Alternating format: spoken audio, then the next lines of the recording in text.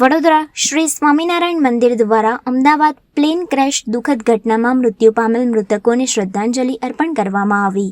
અમદાવાદમાં થયેલા પ્લેન ક્રેશને લઈને દેશ અને દુનિયામાં શોકની લાગણી ફેલાઈ ગઈ છે। આ હિચકારી ઘટનાથી સૌ કોઈ ચકિત થઈ ગયા છે। અમદાવાદમાં થયેલ પ્લેન ક્રેશ જેવી દુઃખદ અને હૃદય વિદ્રાવક ઘટનાઓ સમગ્ર માનવજાતને દુઃખમાં મૂકી દેતી હોય છે। આવા સમયે દુઃખી આત્માઓને શાંતિ અને મોક્ષ માટે પ્રાર્થના કરવી એ ભારતની સંસ્કૃતિનો હિસ્સો રહી છે।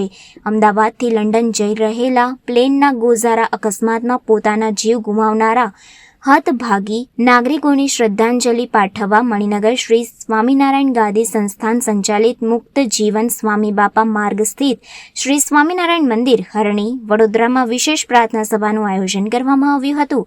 પ્રાર્થના સભા અંતર્ગત પૂર્વ મહંત શ્રી હરિકેશવદાસજી સ્વામી, મહંત શ્રી સનાતન સ્વરૂપદાસજી સ્વામી તથા શ્રી ગુરુપ્રિયદાસજી સ્વામી અને હરિભક્તો સૌએ મૌન પાડીને સર્વે મૃતકોના આત્માને સર્વોપરી શ્રી સ્વામિનારાયણ ભગવાન પરમ શાંતિ આપે તેમજ આ દુર્ઘટનામાં ઘાયલ થયેલ લોકો જલ્દીથી જ સ્વસ્થ થઈ જાય તેવી પ્રાર્થના કરવામાં આવી હતી અને જેમના પોતાનાને ગુમાવ્યા છે એવા પરિવારજનો માટે આ અપૂરણીય ક્ષતિ છે।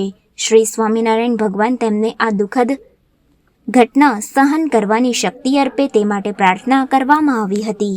મણિનગર શ્રી સ્વામિનારાયણ ગાદી સંસ્થાન સંચાલિત શ્રી સ્વામિનારાયણ મંદિર વડોદરા ખાતે 2 દિવસ પ્લેન ક્રેશમાં મૃતાત્માઓને શાંતિ માટે શ્રદ્ધાંજલિ રાખવામાં આવી છે।